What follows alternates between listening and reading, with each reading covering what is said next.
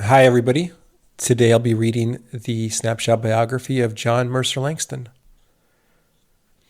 John Mercer Langston was born to a mixed race couple in 1829, a time when interracial relationships were highly taboo and often illegal.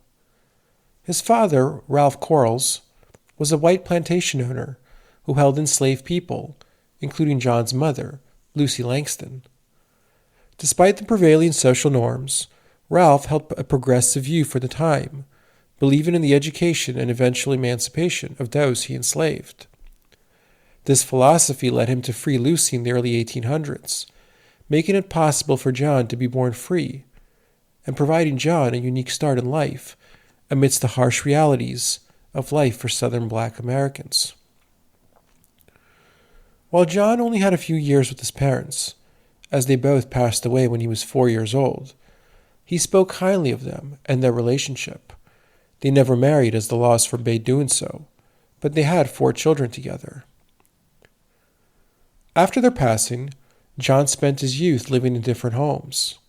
He experienced much kindness and warmth, with many life lessons coming from the experience. In one home, before even his teen years, he learned the habits of hard work and discipline, which John described as an essential experience that prepared him for life challenges. In that home, the idea of the highest style of boyhood was realized when it could be said of one that he was a good worker, John would say. After attending Oberlin for college and growing into adulthood, John began thinking of a career. He decided to become a lawyer. However, his aspiration was met with resistance, as racial prejudice in higher education was rampant, and law schools refused to admit him solely based on his race.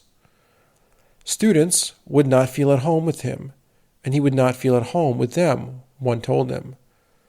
Feedback from another was, "I will let you edge your way into my school," to which John replied, "What, Mr. Fowler, do you mean by your words, edge your way into the school?"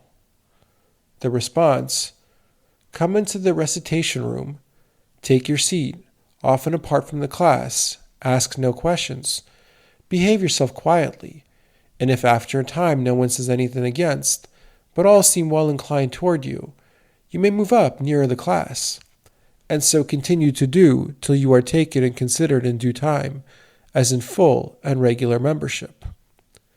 John declined. Instead, John began coursework in theology at Oberlin, after getting advice from previous professors who told him that the studies would be good for his soul and help with legal training. 3 years later, John graduated as the first black theological graduate in the U.S. Described in these years as a rather slim, handsome, and elegant young man, John settled in Oberlin, where he became an important part of the community.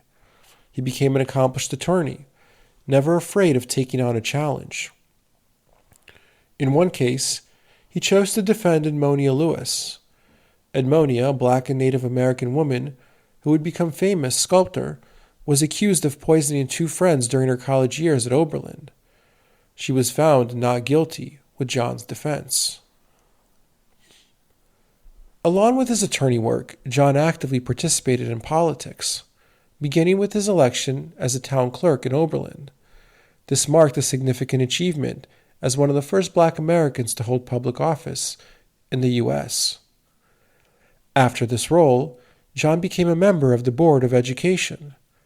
These were the beginnings of political work that continued throughout his life. In later years, John was appointed minister to Haiti. After that, he was elected as a congressman representing Virginia.